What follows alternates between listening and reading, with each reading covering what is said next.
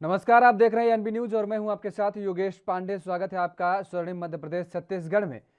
खबरों में रुख करेंगे। इस साल कोरोना महामारी के चलते मस्जिदों में दूर दूर बैठकर नमाज अदा की गई है और ज्यादातर भीड़ एकत्र न हो, इसलिए अधिकांश मस्जिदों में दो जमात की नमाज रखी गई है। राजधानी के विविध इलाकों में करीब 50 मस्जिदों में सादगी से नमाज पढ़ी गई ताकि भीड़ न बढ़े।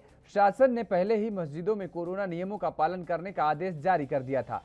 मुख्य नमाज लाखे नगर के ईदगाह भाटा में हुई है। हर साल 8 से 10 हजार लोग नमाज पढ़ते थे। इस बार ज्यादातर लोगों ने एहतियात बरतते हुए घर पर ही नमाज पढ़ी, मास्क लगाकर एक दूसरे को मुबारकबाद दी। इस्लाम धर्म के प्रमुख पर्वों में से एक माने जाने वाला कुर्बानी का पर्व बकरीद बुधवार को सादगी से मनाया गया। राजधानी में 50 मस्जिदों, दरगाह, ईदगाह मैदान में अलग अलग समय पर नमाज अदा की गई।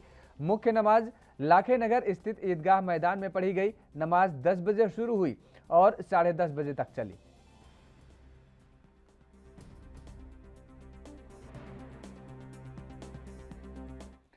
तो उधर बालाघाट मुख्यालय सहित जिले भर में ईद उल अजहा यानी बकरीद का त्योहार हर्षोल्लास और आपसी सद्भावना के साथ मनाया गया।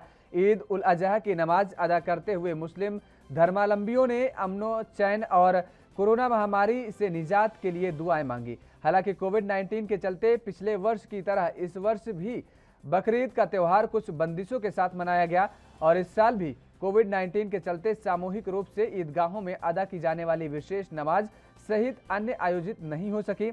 मस्जिदों और मदरसों में केवल उन्हीं लोगों के विशेष नमाज अदा की जिन्हें प्रशासनिक अनुमति मिली थी। इस्लामिक धर्म प्रेमियों ने अपने अपने घरों में बकरीद की नमाज अदा की और इस दौरान प्रशासन की चाक चौबंद भी देखने को नजर आई।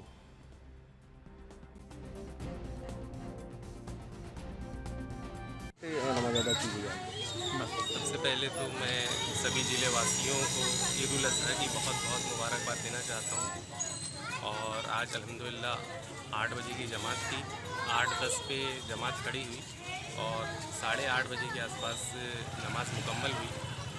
और जो गवर्नमेंट की तरफ से जो गाइडलाइन जारी की गई थी कल कि 50 लोग की परमिशन दी गई थी, तो लगभग उतने ही लोगों ने नमाज अदा की है।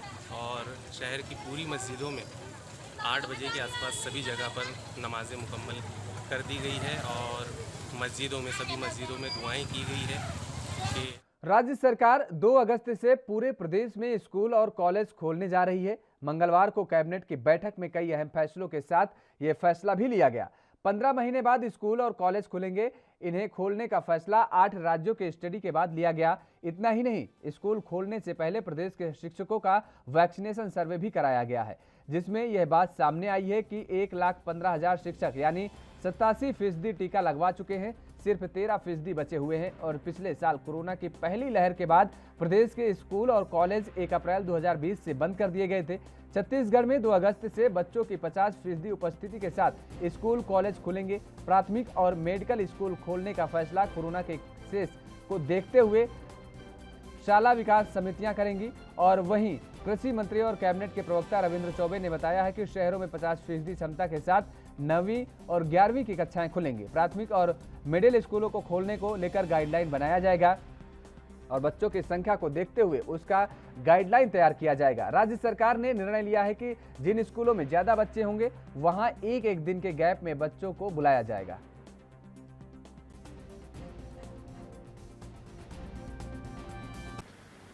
एक अन्य निर्णय में नया रायपुर में विश्व स्तरीय शिक्षण संस्थान की स्थापना का निर्णय लिया गया। उसके लिए 20 एकड़ जमीन निशुल्क आवंटित करने का निर्णय हुआ और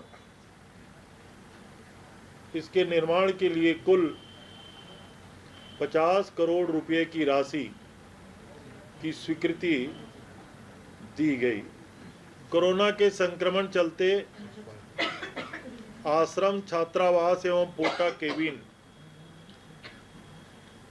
जो बंद थे, 8वीं से ऊपर तक के बच्चों का उसके प्रारंभ करने की अनुमति आज की कैबिनेट से दी गई। साथ ही साथ मेडिकल, नर्सिंग, पैरामेडिकल, पॉलिटेक्निक, तकनीकी शिक्षा के ITIs को भी 1 अगस्त के बाद से कक्षा प्रारंभ करने का निर्णय लिया गया। ग्रेजुएशन की भी कक्षाओं को प्रोटोकॉल कोरोना के पालन करते हुए प्रारंभ करने का निर्णय लिया गया है। अभी ग्रेजुएशन की कक्षाओं के फाइनल से शुरू करेंगे और हर 15 छत्तीसगढ़ के सभी 28 जिलों में मुख्यमंत्री सस्ती दवा योजना की शुरुआत की जाएगी और इसके तहत जिला अस्पतालों में जेनरिक दवाओं की बिक्री की जाएगी। इसी तरह हाउसिंग बोर्ड के मकानों को 16% तक सस्ते किए जाएंगे और वहीं जमीन, मकान और फ्लैट की रजिस्ट्री में मई 2022 तक छूट दी जाएगी। जबकि विवादित लेमरू प्रोजेक्ट का दायरा अब कम नहीं करने का फैसला भी भूपेश कैबिनेट की बैठक में लिया गया है। सरकार के प्रवक्ता रविंद्र चौबे ने बताया है कि प्रदेश के 18 में से 17 कोल ब्लॉकों की नीलामी को सहमति प्रदान की गई है। वहीं हाउसिंग बोर्ड के प्रदेश भर में 58 कॉलोनियों को स्थानीय निकायों को और RDA के अंतर्गत कमल विहार योजना के पूरे हो चुके इंद्रप्रस्थ फेज 1 और 2 ट्रांसपोर्ट नगर और व्यावसायिक क्षेत्र को नगर निगम रायपुर को हस्तांतरित किया जाएगा। और इसी तरह मानसून सत्र में पेश किए जाने वाले प्रथम अनुपूरक बजट छत्तीसगढ़ निजी विश्वविद्यालय स्थापना और संचालन संशोधन विधेयकों के निरहता निवारण अधिनियम 1967 संशोधन विधेयक को मंजूरी दी गई है।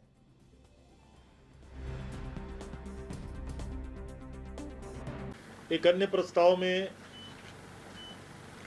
हाउसिंग बोर्ड के ही छत्तीसगढ़ गृह निर्माण मंडल के